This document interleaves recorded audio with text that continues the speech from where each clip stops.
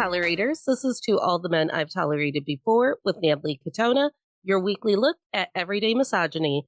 Today, we are welcoming Susan Liu to Team Tolerator. Susan has recently released her memoir, The Manicurist's Daughter, which tells her life story about being a daughter and the aftermath of losing her mother after she underwent a tummy tuck. Susan is here to tell us more about her story and how misogyny played a role in her and her mother's story and the aftermath of the tummy tuck and her mother passing away. Welcome to the show, Susan, and thank you so much for wanting to share this story because there's so much to it. So I'm just going to let you introduce yourself a little bit. Oh my gosh. Natalie, thanks for having me. I mean, there's just so much misogyny. It's just like it's overflowing with misogyny. So glad I can give you a dose of it today. I'm a Vietnamese American author, playwright, and performer. And, you know, I never meant to tell my family tragedy out loud because I was forbidden to speak about it. And this all goes down when I'm 11 years old. My mom goes in for a tummy tuck, the narrowing of her nostrils, and a chin implant. She thinks she's going to come home the next day with her beautiful new body. 2 hours into the operation, she loses oxygen to her brain. The surgeon waits 14 minutes before he makes the 911 call, and it's after 4 minutes without oxygen that you have permanent brain damage. She goes into a coma. 5 days later, she flatlines. The next 2 decades, my family has never spoken of her or what happened to her ever again. And it was about a year after she died, we were trying to sue the doctor. He didn't have medical malpractice insurance. We found out he was on probation at the time, had 19 lawsuits against him, actively advertised to the Vietnamese refugee community. He's white. He practices in San Francisco. This is all happening in 1996. And he walks away, never paying my family a dime. Which the layers upon layers upon layers of it, because I think one of the things that hit me the most when I was watching your show, your special, what are we calling it? It's a one-woman show. It's a solo theatrical show. It's called 140 Pounds, How Beauty Killed My Mother. I play 15 characters in 65 minutes where I'm telling you the whole narrative of what happened with humor and heartbreak. And I think when I was watching it, I was like, oh my goodness, your mother was a person who brought beauty to people's lives through the manicurist and the nail salon and all of it, and was ingrained in the beauty world. And then it was the beauty world that ended her life. And then the misogyny of the beauty industry just weaving through all of her stories, because I am also a child who may have been eating birthday cake one day and like an elder came over her shoulder to be like, do you know how much sugar is in that? And then my defiant little ass looked at my cousin and went, go get me another slice. Yeah, so eating is so complicated. I mean, like a year after my mom died, I was going for a second bowl of rice and my dad and my aunts were like, whoa, stop. Like, if you eat too much, you're going to get fat. And no one's going to ever love you. No one's going to marry you. You're going to die alone. And I'm like 12 at this point, you know? And it's so complicated because food is this device that can emotionally soothe. Food is a device to show approval to your elders for making your favorite. Food is also a way to control and also to remind you, like, however much you eat is going to determine your worthiness. It's so complicated. And as Vietnamese Americans, we do not show our emotions with hugs or kind words. We show it through food. We really do. That is our love language. And so that's why all of this is so fraught. You know, my mother dies from a botched tummy tuck. And yet throughout my childhood and after she passes, and even when I'm eventually pregnant and becoming a mother, I am my family's punching bag and I'm constantly body shamed because there's so much fear attached to if you are big, if you are therefore then ugly, then you are not worthy. And it doesn't matter that my mom died from a tummy tuck. Yeah. And I think what also really touches me about your story is when we think of our mothers as people who also had to live under these systematic, awful systems, instead of just like our mothers who Like I offer up a lot of forgiveness to my mom and my aunts and my grandmothers all the time because I'm like, well, shit, I'm having a hard time in 2024 being a woman and juggling beauty standards and whether or not I like myself and what does my disordered eating look like. And we have so many tools against me and all of the things that I struggle with. And then I look at my grandmother who couldn't own a credit card without my grandfather's permission. And I'm like, oh, how were you going to pay for therapy if you really wanted to go? Oh yeah, not at all. Not your choice. I know. Can you imagine? I mean, like we're in this era of like body positivity and plus size models, and even just talking about fat shaming. Like we're allowed to talk about fat shaming and body shaming. Sorry, and yet I have body dysmorphia. Oh, yeah. I've been doing therapy, I think maybe like almost 2 decades now, on and off. And like I still struggle with body dysmorphia. And I think like the biggest lesson of all is I'm always going to struggle with body dysmorphia. Currently, I have like wiped my face from social media just because I kind of hate the way that I look. It's not like I'm like, well, I don't have makeup on. Well, this t-shirt fits a little tight. Well, and it's like I'm never camera ready.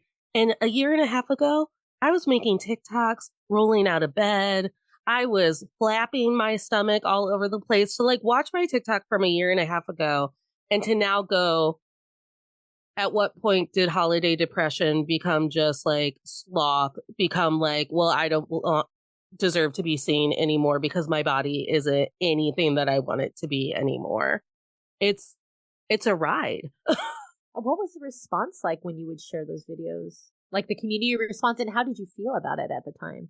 You know, I don't really have a huge following on TikTok. And I believe that because I'm not, well, we know this. We know that TikTok has, someone has looked into the TikTok algorithm and has actually put out that, like, if you're not perfectly sized and perfectly made up, and if you're talking about fun topics like racism, misogyny, capitalism, killing people, and all of it, that they're like, ooh, 150 people tops are going to see you, like if you're lucky.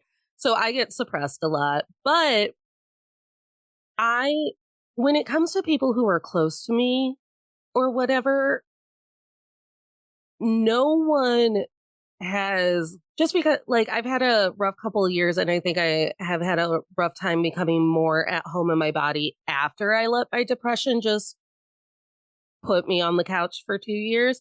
And no one's like come up to be like, hey, Natalie, really letting it go now, aren't we? And well, I do get mean comments on the internet because men exist on the internet and all of the bots are male coded. So I do get things like, do you think you're pretty enough to be this picky about how a man treats you? And it's like, yeah, honestly, I do. The internet is a very fascinating and cruel place. I did a TEDx talk called How to Make Peace with Your Belly Fat. And I'm talking about how I went to a sweat lodge and my ancestors slept me around and they were like, we're not here to coddle you. We want you to know that when you hate your body, you're actually hating where you come from. Right? You are hating the DNA and the gift that we have given you. Right? And what and then what? Right? So it's this reflection of like me trying to really address my own body image issues by thinking about my ancestral heritage instead of just thinking, I'm so lazy, I need to go to the gym more. And so I think there was a big unlocking for me to think about that and to think about the way my body is structured. It's actually a cookie cutter imprint of my mother's body, but also like our bodies were formed by the conditions that we were in. So my families used to toil in rice paddies. That's why we got large calves. You know, like our bodies are formed by the conditions that we're in and where we're from. And so for me, it was helpful for me just to think about it that way instead of, there's some kind of moral judgment of how I look. And so I do this TEDx talk. It's really transformational for the women in the audience. And TED, selected it to be featured on their website. And then I got all these male comments that were like, you should just eat some salad. you should just go to the gym. And it's just all this you should. And if you actually listen to the talk, you're going to hear that actually I do go to the gym a lot. I Yeah. do eat a lot of stuff. Like, and that it's also, right? And the fact that they're just saying these comments reinforces why it's a struggle for women to live in their bodies and to practice self-love and self-acceptance, because there's bullets always flying no matter what the effort is or where our moral stationing is. So I think that was just like so indicative of why I needed to share that. But then also, like, there was hundreds of comments of just trolls, like, making so many judgments about my life without actually listening to the topic. And then it felt pretty unsafe to be vulnerable in that way. And I didn't expect that in the comment section at all. Yeah, when I was very dutiful and committed to my yoga practice, I had a doctor be in shock when I told her I did yoga every day. I have told the story ad nauseum at some point. So welcome new listeners to this very old story of the one time I got fat shamed by a doctor. I had gone in because I had felt something in my breast. She gave me the roughest breast exam I've ever had, and I was sore for days after. And then afterwards, she said, I can't believe you would worry about this soon after your menstrual cycle. Your period does weird things to your boobs. First time ever hearing that.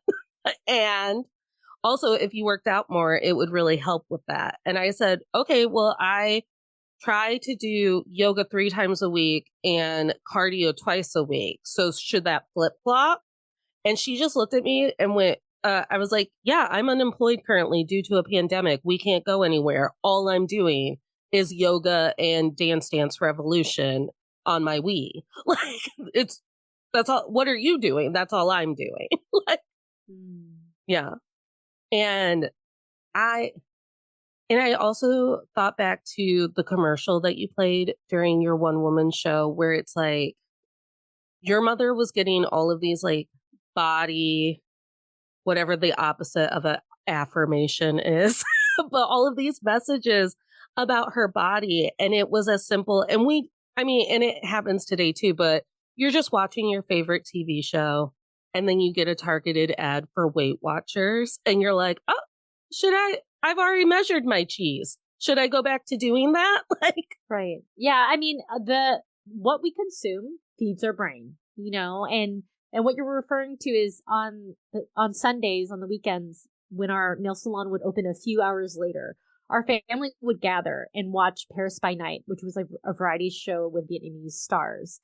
And in the middle of that show would be an ad for this plastic surgery clinic in Houston, Texas. And the woman she was a past beauty pageant winner, and she's lying on her side, poolside, wearing a bathing suit, a one-piece bathing suit, but also clear nylon stockings. So you see this like horizontal shot of her body, and then she's basically talking about her plastic surgery clinic, and then we cut back to the show, and you're kind of sitting there being like, she looks hot, she's beautiful, and she's one of the main sponsors of the show Paris by Night. And so they'll always cut to her in the audience and she'll wave, and she's got a beautiful new nose. And Vietnamese women watch. We know that her body looks good in a traditional Vietnamese outfit called an ao dai. And the thing is whenever other performers would come on stage who were just like a little bit bigger, like if you're not like petite, like a 00, you're not going to look that good in an ao dai.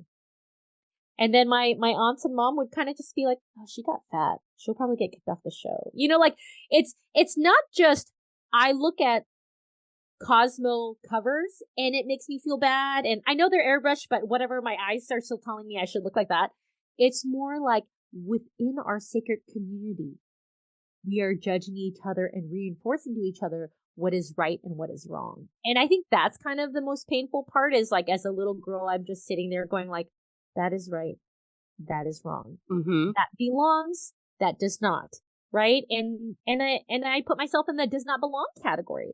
And so after my mom died, and they were like, no one's gonna love you if you're too fat. And I got to tell you, at the time, I was never obese growing up. I was born in America and had access to milk and nutrition, whereas my brothers were born in post-Vietnam War. My sister was born in a Malaysian refugee camp.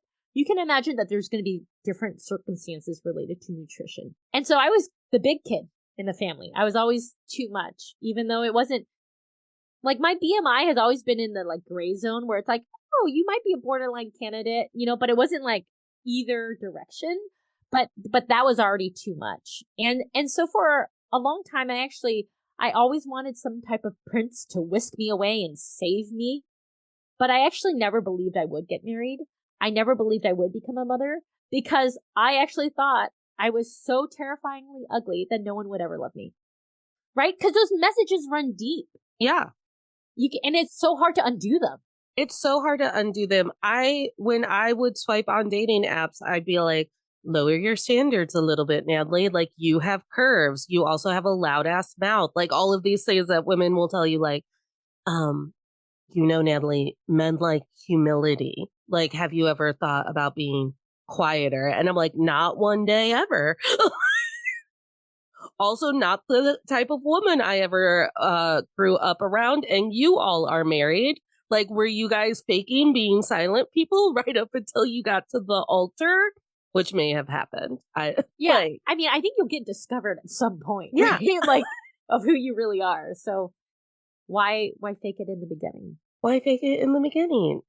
There's also such a theme of the weight of silence to your story because of the fact that we went to a funeral and then we never talked about it again. So you've never had, and it's hard because I feel like this is also something that's happened between my mom and my aunts and stuff, where we've never had the cathartic aha conversation where it's like, oh, we were all fucked by this, right? Like, we were all fucked by beauty standards. We were all fucked by patriarchy or whatever. Like, they're still in survival mode. I'm still in survival mode. We're never having the conversation. We have snippets of it, but you had resounding silence on your end. It's nuts, like my mother was the pillar of our family. We had 2 nail salons. We were 13 people in a 4-bedroom house and she was our leader.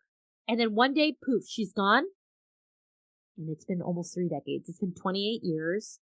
And my family has never had a conversation about her death or about what she meant to us, if my family is okay or not okay. And I've had my 2 siblings, Wendy and Kang. They're very supportive of the work I do now. In the beginning, they weren't. And they've come to do like my post-show discussions for my play and my book. And we can talk about me and the art I create, but we cannot talk about mom and how they're doing with it. We cannot use the F word, which is feelings. And we can have public conversations about the work I do, but we have still not had a private conversation. And I brought it up, and man, is there pushback. This summer, I brought it up, and it was just like, bam, like, no. And after becoming a mother, I feel like I've developed a lot more compassion for my family, and also recognize that this is the best that they're showing up as, and I recognize that all humans have demons. All humans are processing their stuff, whether they know how or not, and whatever that they're showing up as, this is what they have capacity for. And so for me, it's like, I used to think that they were withholding information from me. I thought they were trying to be mean to me. And now I realize that they are just actually protecting themselves. Yeah. And with that turn in that thinking and making it, depersonalizing it, right? Making it less about me, I can love them in a better way. And also, I got to do my own healing and have my own closure about my mom for me. Because I can't control them, right? But also I know that it's not about me. No, I also had to come to that distinction. My grandmother passed away when I was either 15 going on 16 or 16 going on 17. Like, Maria Van Trapp can write a whole song about it when I figure out which one it is. And my grandmother clearly had some sort of depression or anxiety or whatever. And when I was in college trying to figure out like what's going on with my brain that makes it so I stop functioning every once in a while or whatever. And my parents were in a bad place. And I was just like calling my aunt and I'm like, wouldn't it just be easier if we knew if we had depression, anxiety, bipolar disorder? Like, I don't care what it is. I just want to be able to communicate to a doctor that like my little quirks are hereditary. And my aunt, God love her, just went, and I guess we'll never know. Right.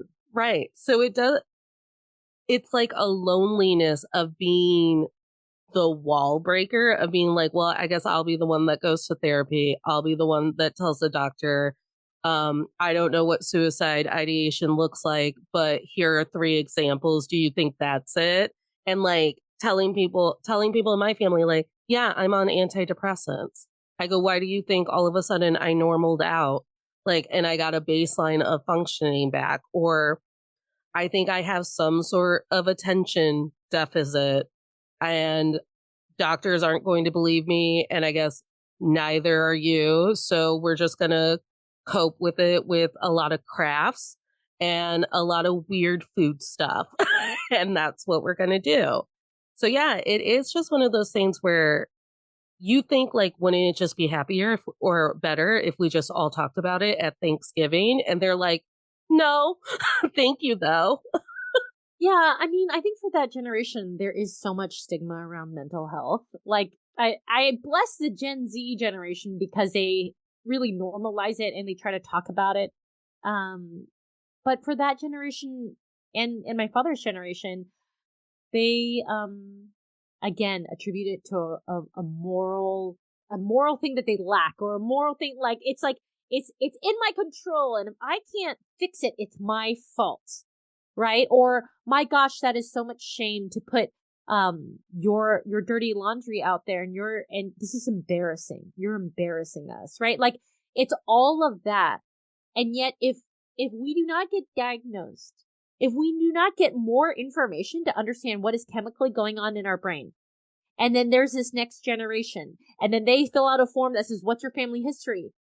Like for me, I don't have much to fill out in family history because there were not a lot of doctors in the rural area that my parents grew up in. And so my grandparents did not know what was going on. Like, it was so lucky if they even had a nurse come once a month to the village, right? So part of the not knowing actually impacts future generations. And it's kind of like, how can we see mental health not as a moral failing, but as just simply more information for me to make better decisions? Yeah, exactly. Because again, it's like I'm thinking about me, I'm thinking about future people. What if we all figured out what was going in our brain? Wouldn't that make Christmas a little bit easier? I guess not. Like, but yeah, it is. It's just one of those things where like I feel the impact of generations to come. And I guess it's fine if you don't, but then don't be surprised when I'm the person that's like going to doctors and saying what's up and starting the family history over. Right. You're doing the labor around it. But like, I mean, recognize this. If I told you, hey, I have a physical health ailment, I have these kidney stones or whatever, I have liver cancer, you would be like, well, you deserve it. It's all your fault. Exactly. Oh, That's your fault. Like, it would be like more like, oh my God, what are you going to do about it? How's that treatment going?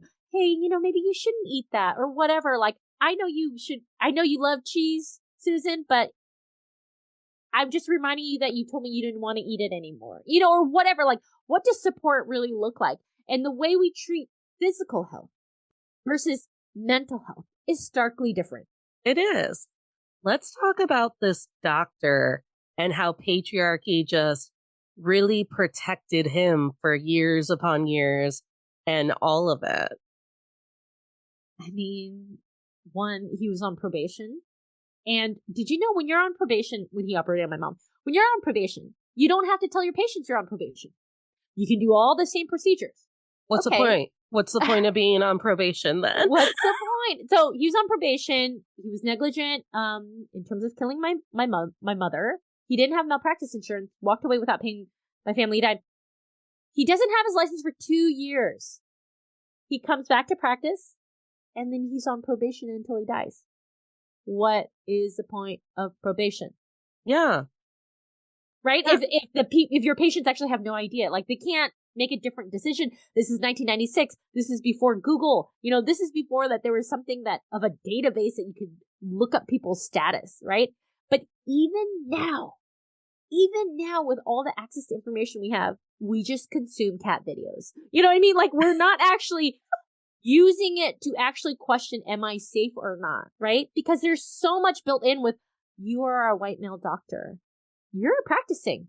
This should be safe. When she was walking into a trap. Exactly. And he is something that you can point to and be like, this is how misogyny creates evil in the world.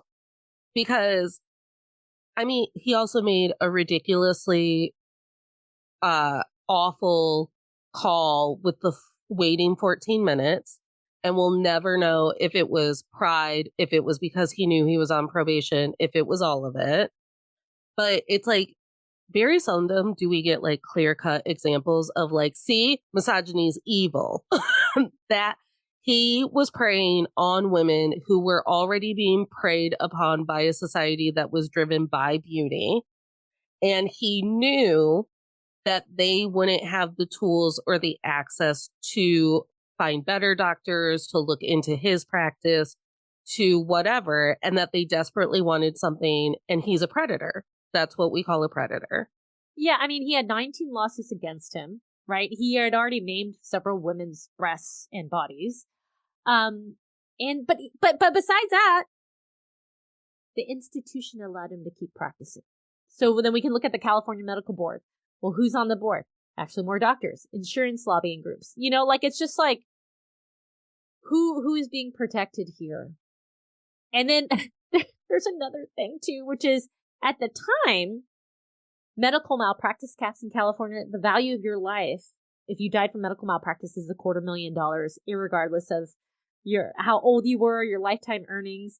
And so what that did is it meant that lawyers had less of an incentive to represent you, and bad apple doctors had less of an incentive to be accountable. And this value of your life was in place since 1975 and never changed. It never adjusted to inflation. So when my mom dies in 1996, her value of her life is still $250K. And so, when I was trying to avenge my mother's death and I was trying to track down the plastic surgeon and I found out he died, I decided to help change this law. And 2 years ago, AB 35 passed and it's adjusting to inflation to $1.3 million, right? I mean, overall, compared to other states, that's still really low, but it's about changing the systemic incentives for actors to change. Because I can't just say like, hey, you've hurt people, you should just stop being mean. That I can't politely ask and someone's like, oh my God, that's a great idea, I will. It's like, we need to also systematically change the incentives so that people behave differently. And so for me, I'm just like, okay, I can be sad about my mother's death, but what am I going to do about it? And how is that going to impact other low-income BIPOC women who aren't going to be represented by lawyers? Right? So that's how I avenged my mother's death. I mean, yes. Hell yes. I don't even have like a follow-up point to that. Yeah, no, that's exactly how you fight the system, because you're right. It's like, the doctor was terrible, but forget the doctor. The entire operation was terrible. And I mean, my mother says some shit, but on Sunday she did warn us against, like, she's like, you have to really think about who was paying for that medical study, because the medical study will just follow the money. And it's like, I'll tell you whatever you need to be told. Now, mind you, I was talking about a Grey's Anatomy plot point. I was convinced. I'm all in. Yeah, I was talking about how Meredith Grey was trying to solve Alzheimer's, and she found out that they had to reroute the way that they were going to solve it. And Catherine Weber, who I believe should just be done, she said, no, we told the investors we were going through the brain. You can't go through the stomach or the liver or whatever fake science was happening on Grey's Anatomy. And Meredith was like, just tell them we've changed our mind. And she's like, no, that's not how investors work. And I brought this up when like the Elizabeth Holmes stuff all went down too, when I was like, why does a Texas oil tycoon get to tell me how medicine works just because he made a lot of money in oil? But yeah, my mom was like, you really have to think about it because misogyny's best friend is capitalism. And it does drive the type of care that we receive, the type of representation we receive, and all of it. I know. I was like, mic drop. Yeah, I mean, yeah, misogyny money. Yeah. Misogyny money. Who knew? I knew. And you knew because you say it right away in the show. You're like, I had never considered things like capitalism and misogyny and all of it. I was like, yeah, me either, until I was 28 and just really pissed off. Right. It's so interesting. Oh, well, I just wanted to say, like, when I was a little kid, the world was my oyster. I thought I could be anything I wanted to be. I'm like, why are all these feminists so angry? Like, gosh, you guys must have a chip on your shoulder. And then as I got older, and I was like, oh my God, the system is totally messed up. Like, I was living in my Girl Scout world of total empowerment, and I'm glad I got to be in that bubble as long as I could.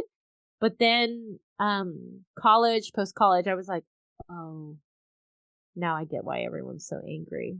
Yeah. Right? And that religion and big business can make decisions about women's bodies. Yeah. Oh, also based just on money and what they feel like that day. And we talked about it on one of our Taylor Swift episodes about the Tortured Poets Department. My friend brought up a point that like literally racked me to my core. And I think I still think about it late at night, where she goes, because I talk about how as women in society, we keep being told that we're safe and everything's fine. And like, everything's working out our way. And like, people are looking out for us and it's okay, even though everything's our fault.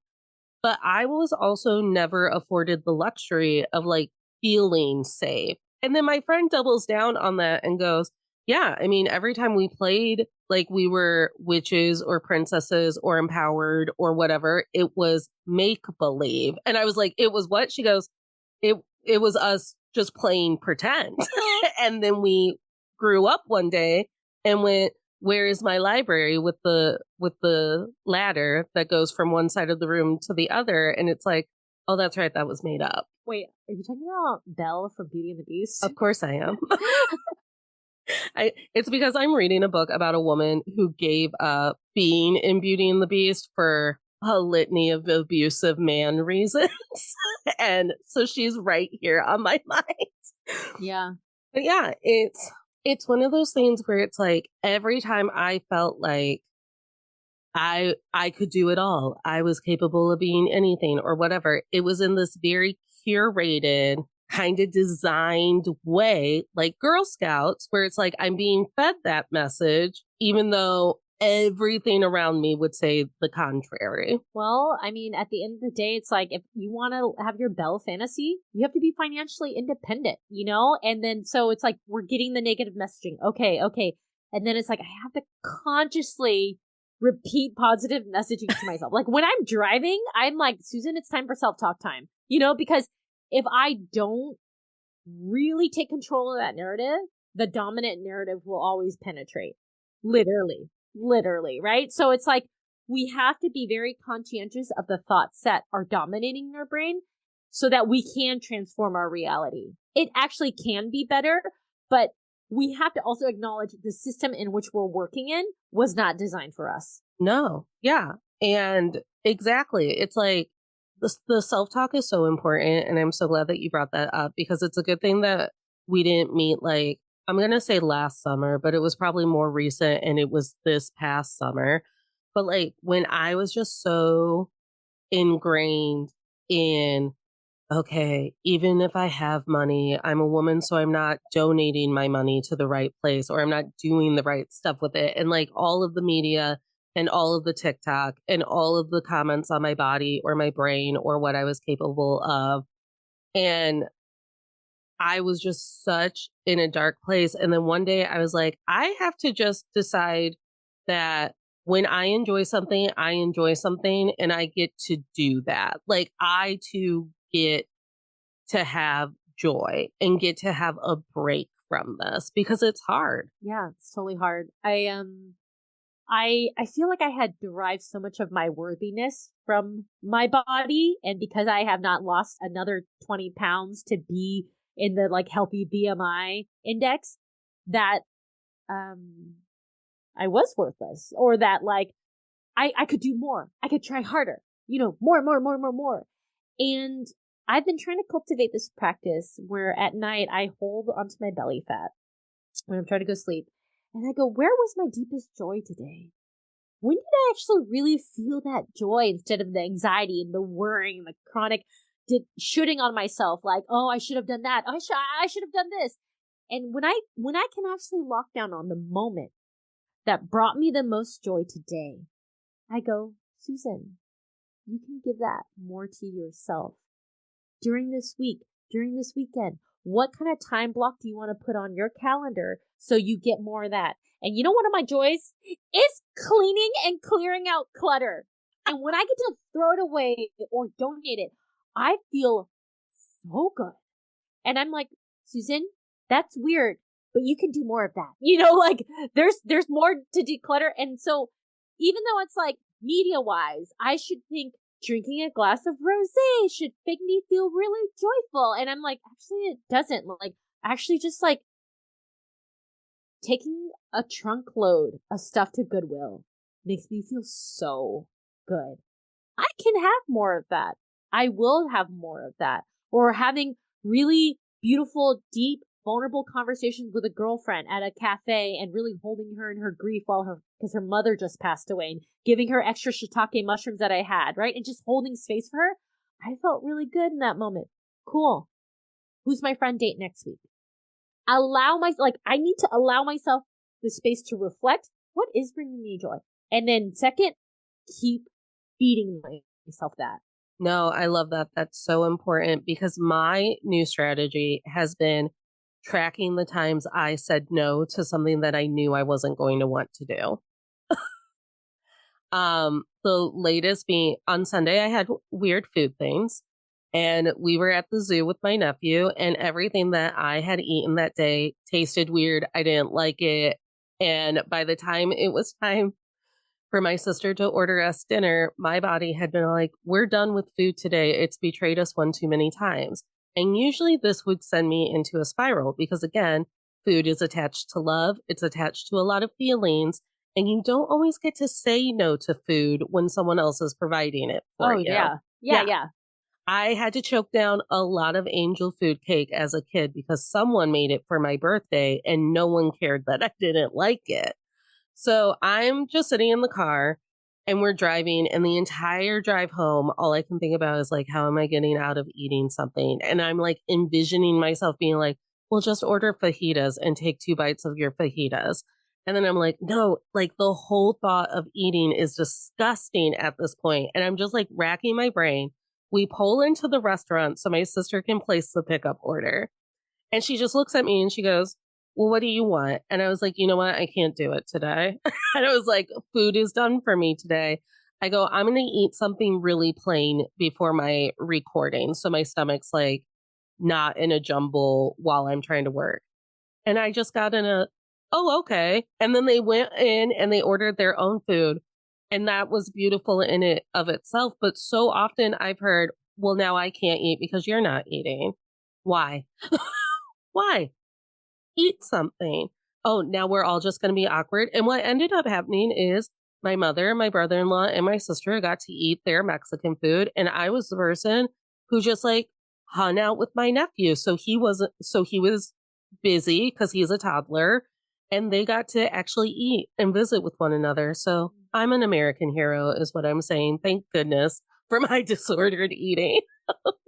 But it's so fascinating, like all of the spiraling in your brain, like all of the mind share that is taken up when we think, when I am not going to go with the group harmony, I have ruined things. My God, I'm going to get this judgment. all this blowback, because in the past we have gotten that blowback, right? So it's coming from a place of real experience. And yet when you finally were able to flex that muscle of like, actually, this is my no, it wasn't a big deal. It wasn't a big deal. But it was a big deal in the brain. And that is still reality, right? That Yeah. still is your energy and like the fear, right? But the question is, get me to the core of that fear. Like, what did you think? Like, what is the fear? I think for me, the fear, because it's so much to do with my mom and my sister and our dynamic. I think at that point, it was like we had the perfect day. My sister kept speaking for my nephew because he's a toddler who can't speak. So like he'd smile or giggle or something, and she'd be like, "Yeah, I'm just out with my three best gals." And then all of a sudden, like Aunt Nanny wasn't going to be like one of the best gals. Like all of a sudden, like Aunt Left out. Nanny's right. Aunt Nanny's just trying to like.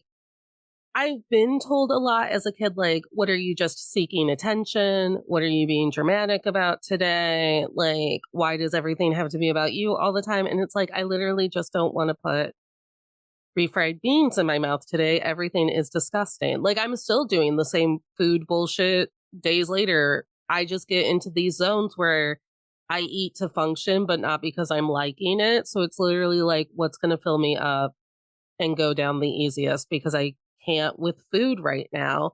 And I've tried to be so honest with my family about like, I have weird food stuff, and even like take it a step further to be like, here's an example of why I might have weird food stuff.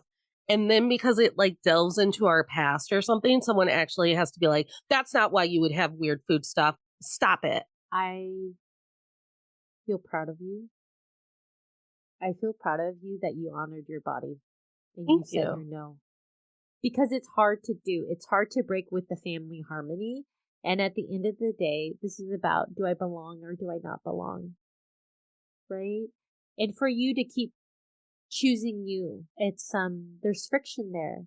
But there's also power for you as you keep flexing that muscle, because your body will be like, thank you. Thank you so much, Natalie. Thank you for listening, right? And then the next day you get stronger, and the next day you get stronger, and you give your body what it needs so that you can actually live your best life.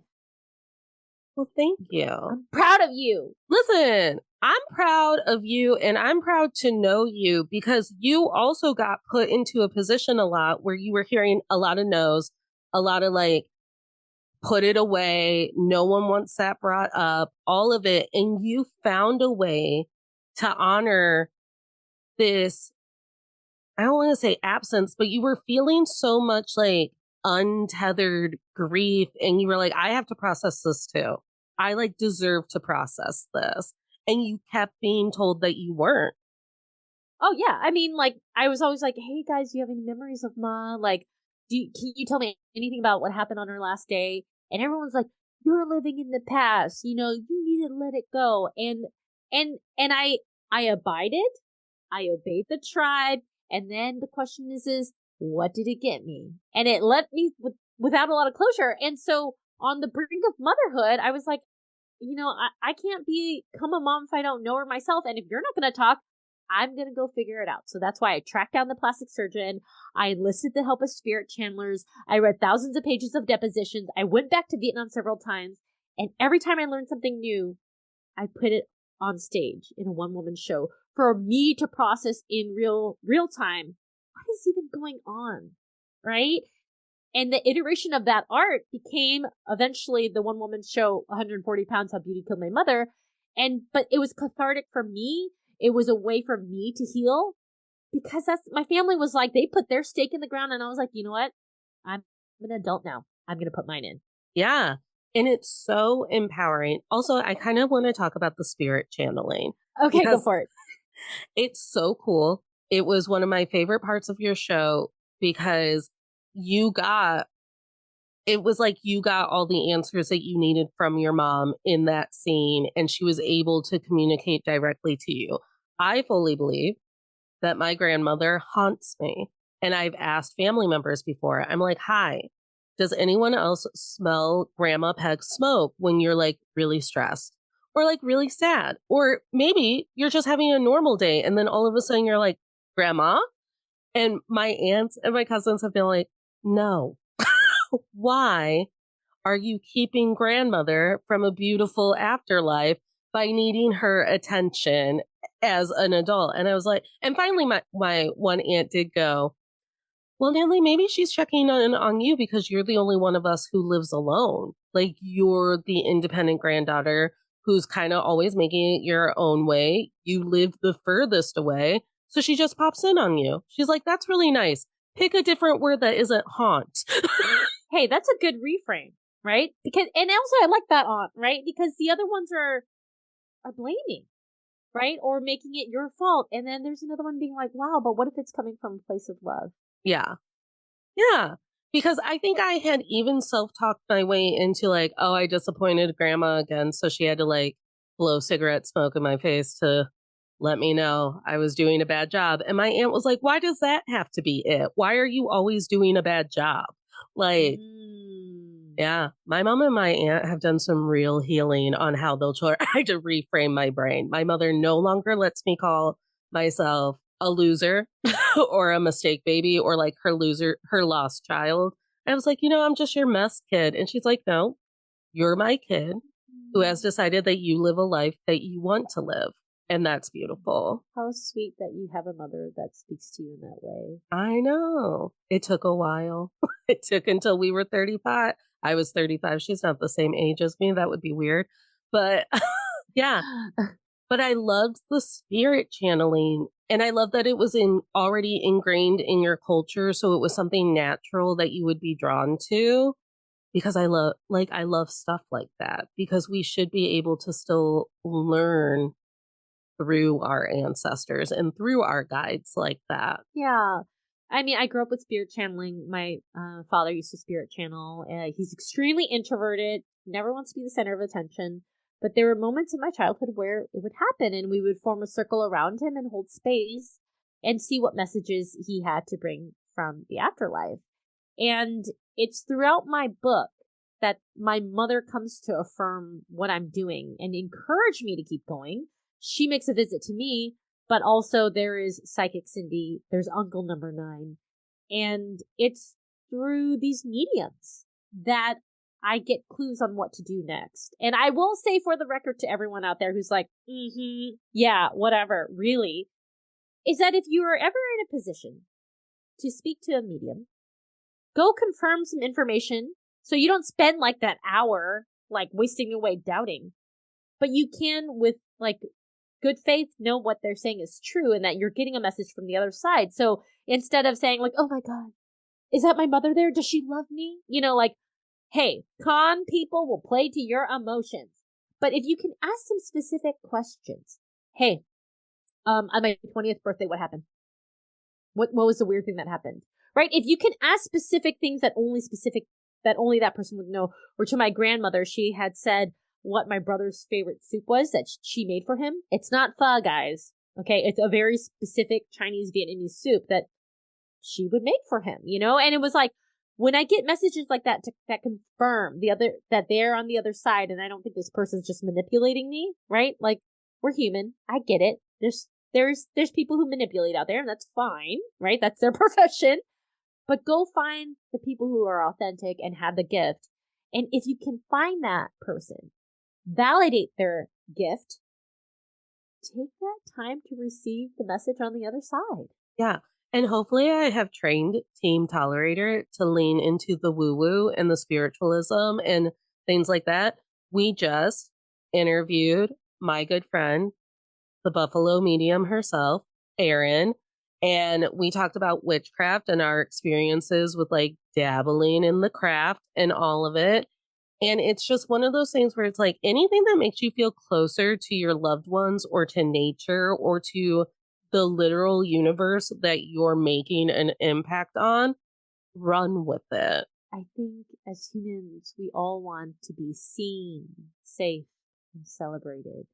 If you can fill that emptiness inside of you with the knowing of what you need to know, then that is beautiful, right? And I mean, look, people are consuming very toxic things all the time. What if you consumed a message that made you feel complete? Yeah.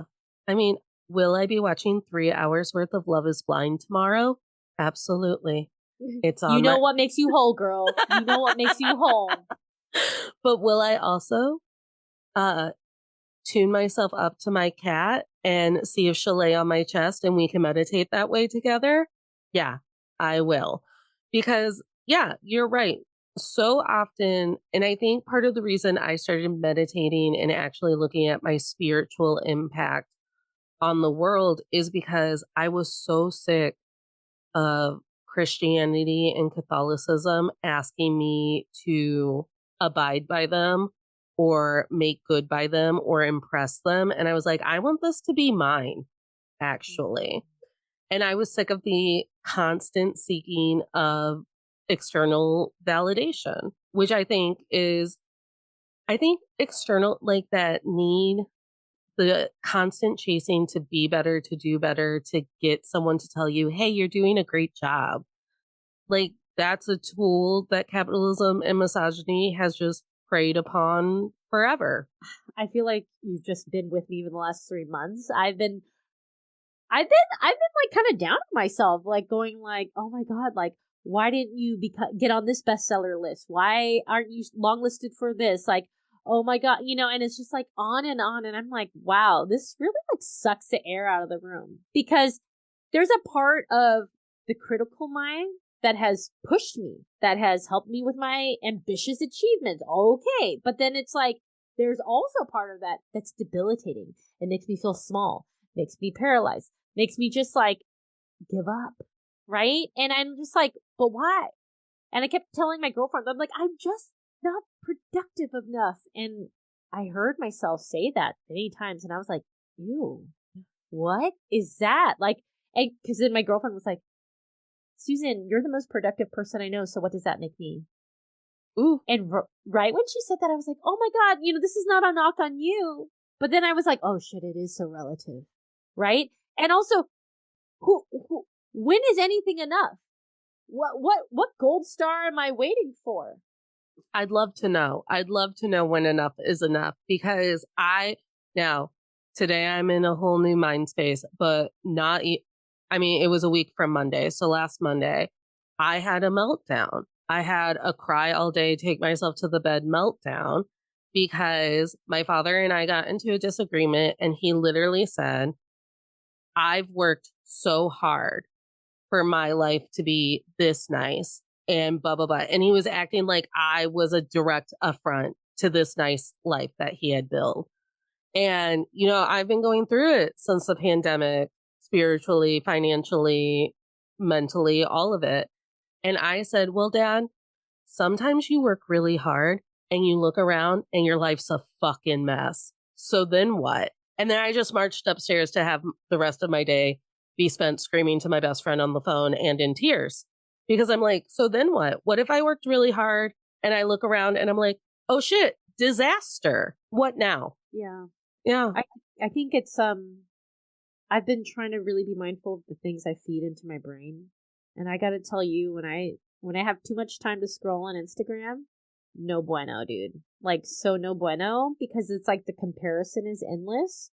And there's no finish line. There's no, how do we get to a place where we know that when we can realize that we make our own rules and we're actually, we are creating those rules and we're actually saying, we're the marker of saying we did it or we didn't do it, right? And that's just what I've been sitting and grappling with, which is, Susan, did you know you can rewrite the rules?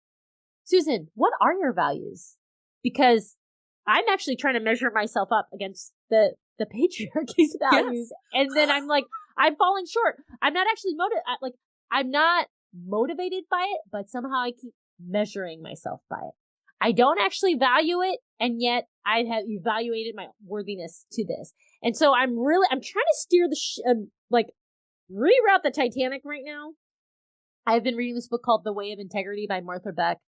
And it's just been transformational for me to be like, she's like, you want to be happy? Stop lying to yourself. Ooh. Every type of lie. All right, you hate your job? Great, you're lying. So get out of it. Do you like, and one of the lies I kept telling myself was like, I'm just not measuring up. Like, I suck. Like, why did I become an artist? Like, I'm not good at it, you know? And it's like, she goes, is that really true? Is that really, really true? Give me more evidence that that's completely 100% true. And then finally I go, well, I guess, because I'm like, I'm worthless. I don't have any value. And then she's like, is that really true? And I'm like, okay, well, I guess some people write me notes that they like the book, and it's just like, I have to go through this thing being like, who is the dominant voice here in this entire narrative? And is it true? And can I stop lying to myself? And can I rewrite the rules of what my values are and then measure myself against that each day? I just finished, for the first time ever, a pilot script for a television show. For the first time ever, finished a draft of it, even went through and read that draft to make edits. Like, I was like, read what came out of my brain, and I was really proud of myself right up until I walked out of my bedroom, because this is how I ask for feedback on my script from trusted friends who love me. I'm like, hey, so I, like, it's no big deal. Like, it's no big deal. Like, and again, like, fit it in wherever you can, because like, no big deal. No one even cares about this. Like, there's not a competition. ABC's not calling me. Like, no pressure at all on you. But like, if you wanted to read my script and tell me parts that you liked and that you didn't, again, real chill. If you just want to read it for fun, to make fun of me behind my back, do that too. I don't care. Like, here it is. I'm just going to add you to the Google Doc. Like, I'm just going to add you to the Google Doc. Okay, thank you. And it's that idea. And God, to be a creative in the world of Instagram and TikTok and all of it, where it seems like, oh, they got that really big guest for their podcast, could never be me. Oh, she finished a script and it's an amazing idea, could never be me. Like, It's quite daunting, Did I get 1 million plays? Do I have 1 million subscribers? Million, billion, gazillion. And I've been really trying to reroute that and say, Susan, follow the fun. Is it fun? Then go follow it, right? If not, don't do it. And my girlfriend was like, Susan, in the words of Adrienne Marie Brown, small is all. In your small orbit, make sure that all the nodes are feeling strong and tight and good here. Because then it'll continue to ripple. But if it's not feeling good in the here and now, in the sphere of influence that we do have, you got to check that. How are you lying to yourself, right? So I get overwhelmed with social media and I've been down on myself, and that's why I now have I have an iPhone, and so I had my husband program it so that I can only be on Instagram for 15 minutes and then it kicks me out, and he has to punch in a code to extend time because I can't control myself. That tool is designed for me to keep getting more dopamine hits and scrolling, right? But the more time I spend on it, the smaller I feel. So I know that. So now I have to hack that, right? So I spend less time, but also follow the fun. Just keep following the fun. No, I love that. Follow the fun should be on a t-shirt. And should be the way that people live their lives, because usually when I get petty and jealous of like something, I'll just comment something on the post that's like really nice, like, hey, this is freaking awesome for you. Thank you. Oh my God. Good for you, girl. And like, just be like, and see, and that makes me a good internet friend because it doesn't need to spread from my nasty little insecure brain today to the general internet. Correct. And if you're consuming information that makes you feel like a nasty little brain, mute. Mm-hmm. Just mute. Just stop it. Just stop feeding yourself that. Susan should not eat cheese. Stop eating cheese, Susan. Well, but I want a nibble. And it's like, okay, then mute. Yeah. You'll get a nibble somewhere else, right? But like, if it's not serving you, redesign it, turn the steering wheel, and get to a place that it is going to serve you. You got one life to live, baby. You're so fucking cool. This is something new that I've introduced into the podcast, where at the middle, I just become, or at the tail end, I become very flustered. And then I'm like, I get to know the fucking coolest people. What kind of life is this that I live? You're cool. Shut up. Me? Me? I didn't even walk the dog today, even though I told her I would. Like, hopefully I'm doing it after this if it's not raining. But yeah, no, I think I try to tell people this all the time. It's like, listen, decentering men and misogyny and capitalism and whatnot, is it fun? No. No, Yeah, it's not. reroute, redirect. Go But follow the fun. yeah, but do I look at all of the work that I did decentering all of that? And is it fun now getting to actually create the rules of the society that I myself want to live in? Yeah.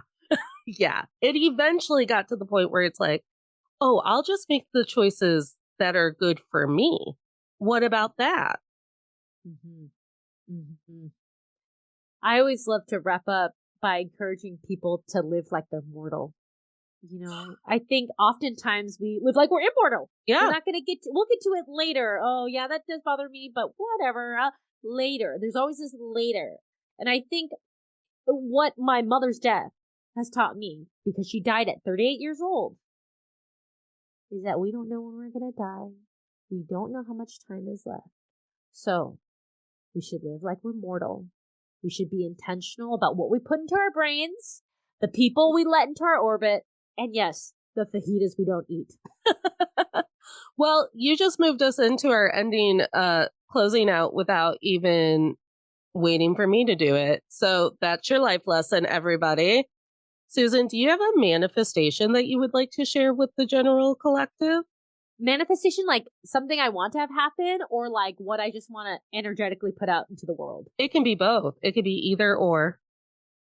Okay, I'm gonna live in the yes and world. My first manifestation is I'm a multi-hyphenate storyteller, and I've done theater, I've done book, and one day, y'all, I want you to see me on film and TV. Oh, it's I going to want you to happen. see me in tiny and big screen and medium-sized screen. Okay, so that's my hope, is that I can continue to tell stories and inspire other people across mediums. Yeah. And the manifestation and what I want to emanate for everyone here is this series of affirmations that I read in The Way of Integrity that I was so struck by that I started writing over and over again on index cards, and I started giving it out at the latest artist residency I was at, because I was like, this is my meditation for me to know this, and I want all the listeners out there to know this. I called it the honest truth. You are infinitely worthy. You are infinitely precious. You have always been enough. You will always be enough. There is no place you don't belong. You are lovable. You are loved. You are loved. I'm going to cry, so I'm not adding in my own manifestation. That was several. Also, do you say out loud once a day about the I want you seeing me on big screens, small screens, and I want to always be telling stories? Because literally I manifest my future career in comedy just by telling friends all the time, I'm going to be on Dropout TV one day and all of those people are going to be my friend. And they're like, okay, Natalie. And I'm like, that's right. Affirm that.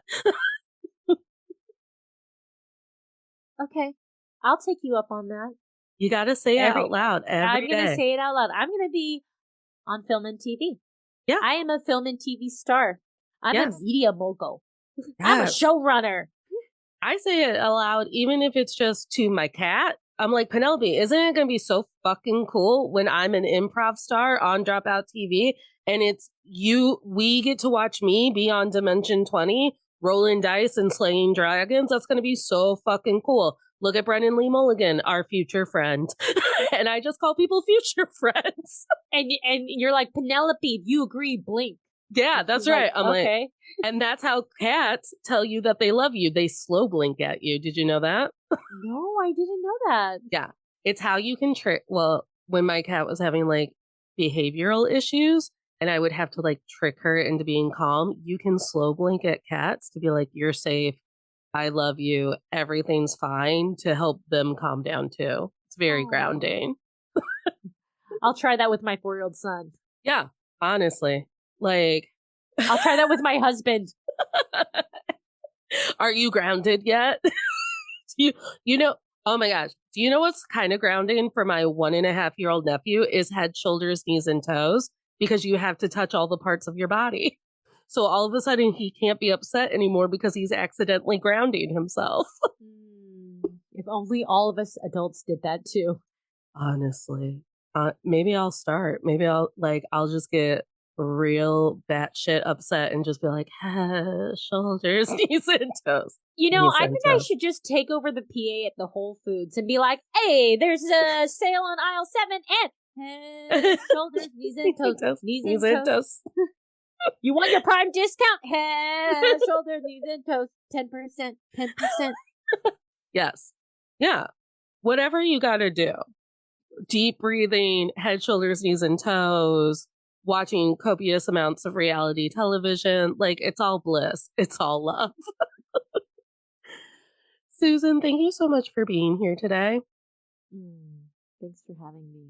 Make sure everyone knows what I'm going to put into the show notes with links because I'd never make anything hard for anyone. But where can they find you? Plug all of your cool work. Yeah, on Instagram at Susan Liu, Lieu. I have a podcast called Model Minority Moms, so at Model Minority Moms.